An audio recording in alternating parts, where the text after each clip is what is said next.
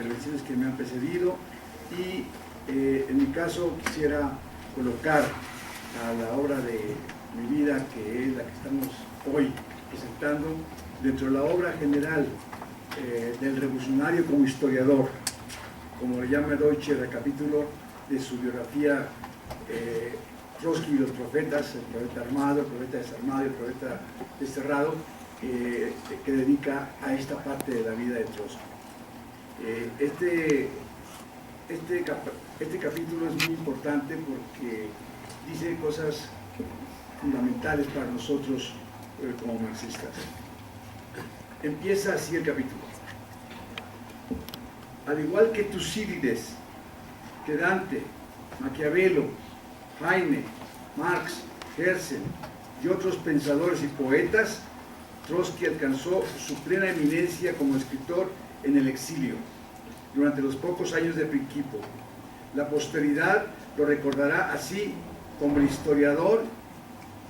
así como el dirigente de la Revolución de Octubre. Ningún otro bolchevique ha producido, ni podía producir, una versión tan grandiosa y espléndida de los acontecimientos de 1917, y ninguno de los muchos escritores de los partidos antibolcheviques ha presentado nada que puede compararse desde otro punto de vista. La promesa de este logro pudo discernirse en Trotsky desde muy temprano. Sus descripciones de la Revolución de 1905 constituyen hasta el día de hoy el panorama más vivido de aquel ensayo general para 1917. Trotsky produjo su primera narración y análisis de los sucesos de 1917 apenas unas cuantas semanas después de la insurrección de octubre.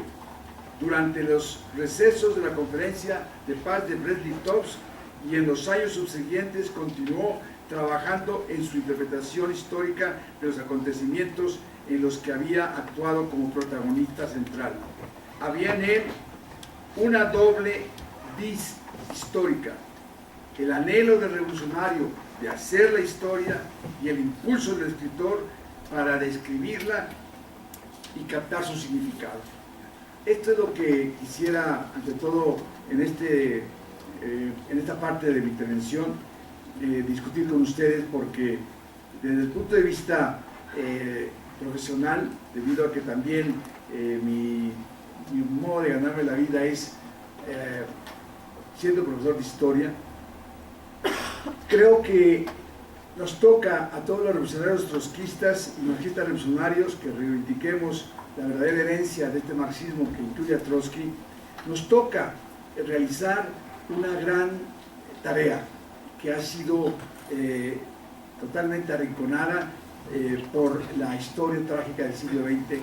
en especial, como ya se mencionó, por las falsificaciones del estalinismo, que desgraciadamente fueron las que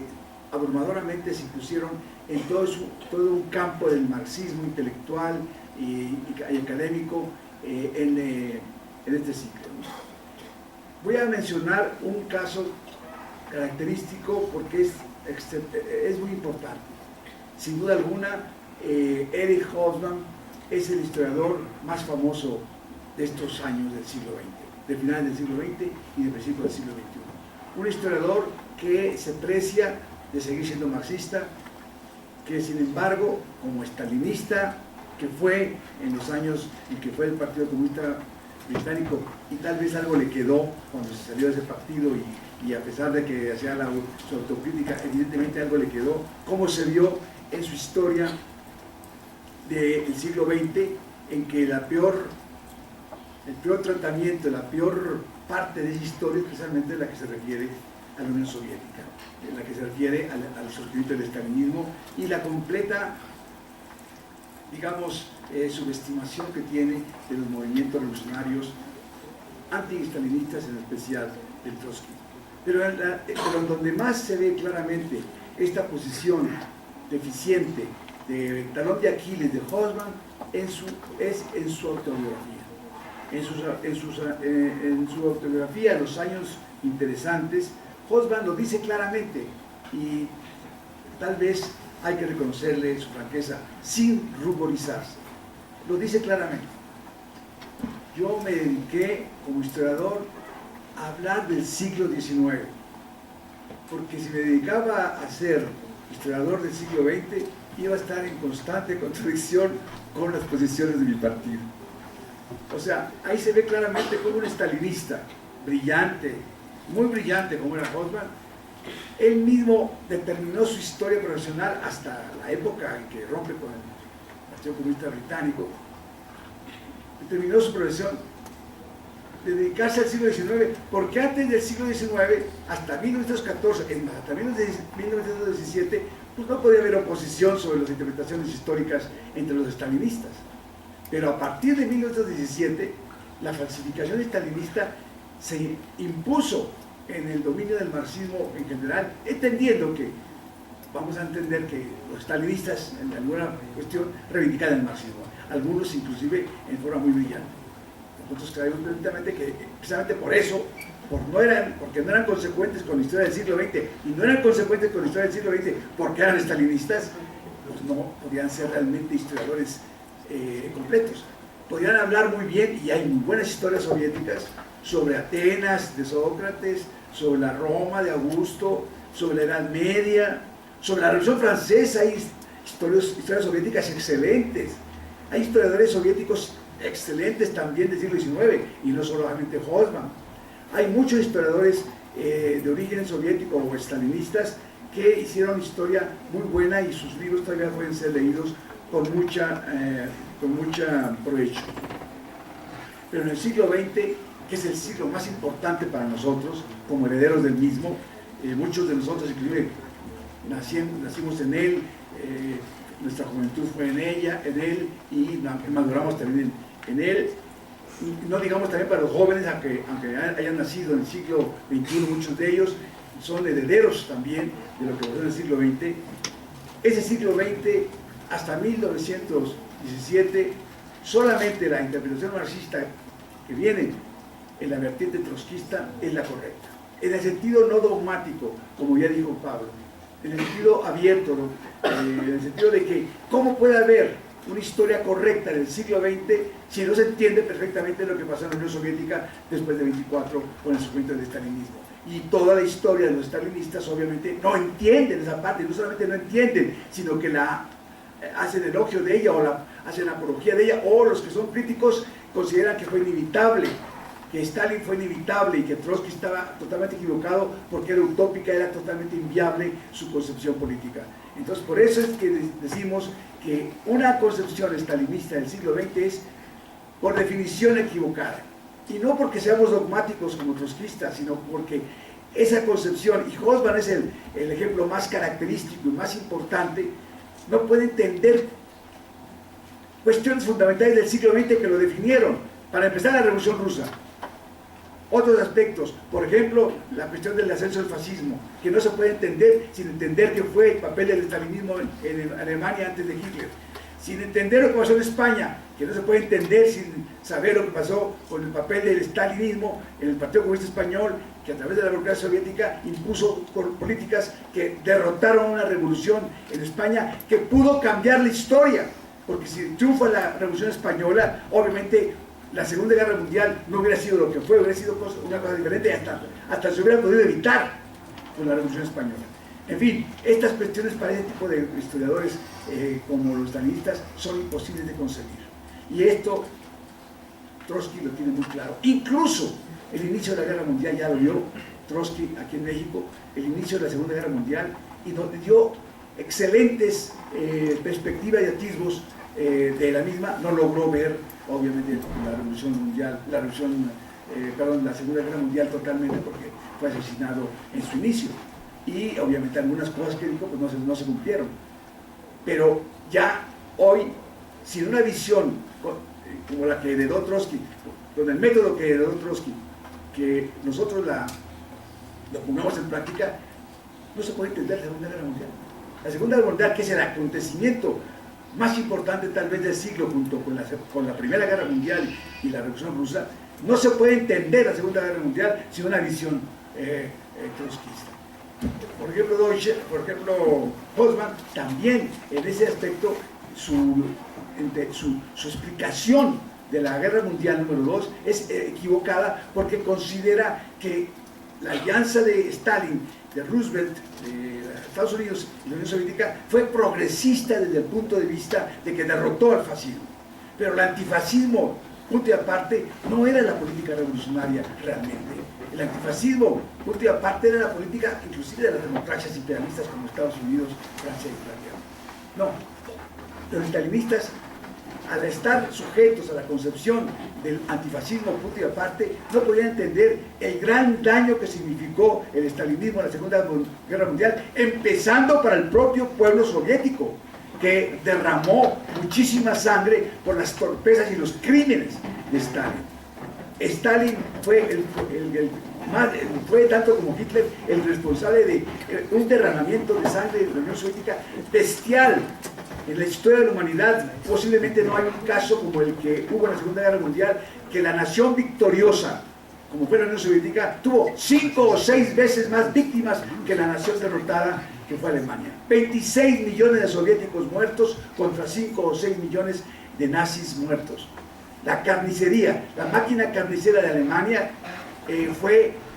muy eficiente y se enfrentó a una burocracia que, a pesar de que finalmente logró entender y logró hacer muchas cosas que no hubiera podido hacer si no hubiera habido esa herencia de la Revolución de Octubre, cometió muchísimos errores, muchísimos crímenes para defender esa Revolución de Octubre, para defender esa Revolución de Octubre que ya estaba casi muerta, pero que no estaba muerta del todo porque logró vencer al fascismo. Y si no hubiera habido un Estado obrero, aunque deformado, no hubiera podido triunfar el pueblo soviético ante la terrible masacre, ante la terrible maquinaria de carnicería que era el fascismo. Así que estamos ante una concepción histórica que desgraciadamente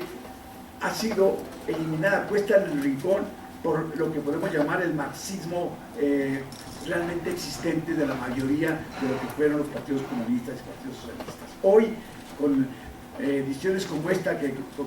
los compañeros de Buenos Aires están haciendo, y con toda su labor, como ya dijeron los compañeros anteriormente, y con otras ediciones que se están haciendo también en Estados Unidos, en Francia, en Inglaterra y en Asia, compañeros. En la India, en Pakistán están surgiendo grupos trotskistas que también están haciendo su trabajo, y como dijo el compañero Antonio González de León, Trotsky vive, Trotsky resurge, está resurgiendo, hay una resurrección de Trotsky. Y entonces, en ese aspecto, el revolucionario como historiador, que ante todo está expresada, tiene su consecuencia más desarrollada, su expresión más consecuente en este libro de mi vida y en el paralelo que está escrito precisamente al mismo tiempo, cuando estaba escribiendo este libro de mi vida, comenzaba a escribir el otro, que es la historia de la Revolución Rusa. Esos dos libros son, sin duda alguna, la expresión política más ideológica y política más perfecta, más ideal, el modelo de historia que realmente los que somos marxistas deberíamos aplicar. Afortunadamente, como digo, ya comienza a hacerse con lo que hemos ya descrito, que son las empresas editoriales y de publicaciones que estamos viendo, ¿no? La historia de la Revolución Rusa es un verdadero monumento de la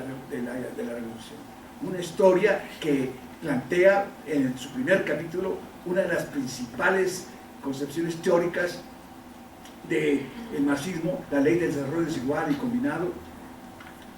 explicada a nivel de los siglos de la historia de Rusia, y cómo esto llegó al punto del siglo XX para producir la revolución de 1917. Una concepción panorámica, épica, un fresco histórico extraordinario, que es el primer capítulo. Y después, el segundo capítulo, el tercer capítulo, habla del grupo dirigente, del zarismo decadente, el zarismo moribundo, las grillas entre las camarillas, Rasputín, la zarina, el zar medio loco, medio tarado, que era un tonto y que se lo manejaba la zarina, y a la zarina la manejaba un loco como Rasputín, un psicópata. Después habla de los partidos burgueses, de los partidos liberales, de los bolcheviques, y se lanza a hacer el análisis de la situación en el partido bolchevique, y como dijo Pablo, ahí se lanza a plantear cómo el partido bolchevique estaba dividido, que la posición leninista no se impuso como cuchillo de mantequilla, que Lenin no era un caudillo, que era un orate que traía sus ideas y los demás lo seguían como si nada. No, que de él vino desde Suiza, desde Europa Occidental donde estaba, y en las tesis de abril, 2 meses después de que había empezado la revolución, tuvo que hacer una gran lucha con sus camaradas, ante todo contra los que habían estado encargados del partido hasta su llegada, entre los cuales estaba Stalin, ni más ni menos, que traían una política de alianza con la burguesía prácticamente. Los bolcheviques traían una alianza con la burguesía, su dirección, porque si hubiera sido esa la posición de todo el partido, no hubiera ganado Lenin. Lenin se lanzó a decir: si ustedes no aceptan mi política, yo me voy a las bases y lucho por mi política y voy a triunfar. Con convicción revolucionaria sabía que iba a triunfar, porque las tesis de abril, que eran una forma de expresión que tenía Lenin, de lo que había planteado Trotsky desde 1905, era una concepción de que decía: la revolución rusa no puede triunfar si no triunfan los trabajadores e instauran un Estado obrero, una república de los obreros y campesinos. Porque si no triunfa la revolución, como diría Trotsky más tarde, el fascismo hubiera tenido un nombre ruso y no italiano ni alemán. Entonces, esta revolución tan magníficamente descrita por Trotsky en su Historia de la Revolución Rusa, el mejor libro de historia que hay en el siglo XX, y que sin embargo es totalmente, en muchos aspectos, está agotado, evidentemente que hay público para que entiendan eso, pero debería ser un libro que hubiera tenido los millones y millones de ejemplares de ediciones que han tenido los manuales y las basuras soviéticas. Esperemos que nosotros tengamos el chance de hacer esas ediciones en el futuro. Así pues, compañeros, en la historia nuestra del marxismo en el siglo XX, debido a la terrible situación que significó el estalinismo con su degeneración y su pacificación, es una historia que tenemos que empujar y promover, y nuestro gran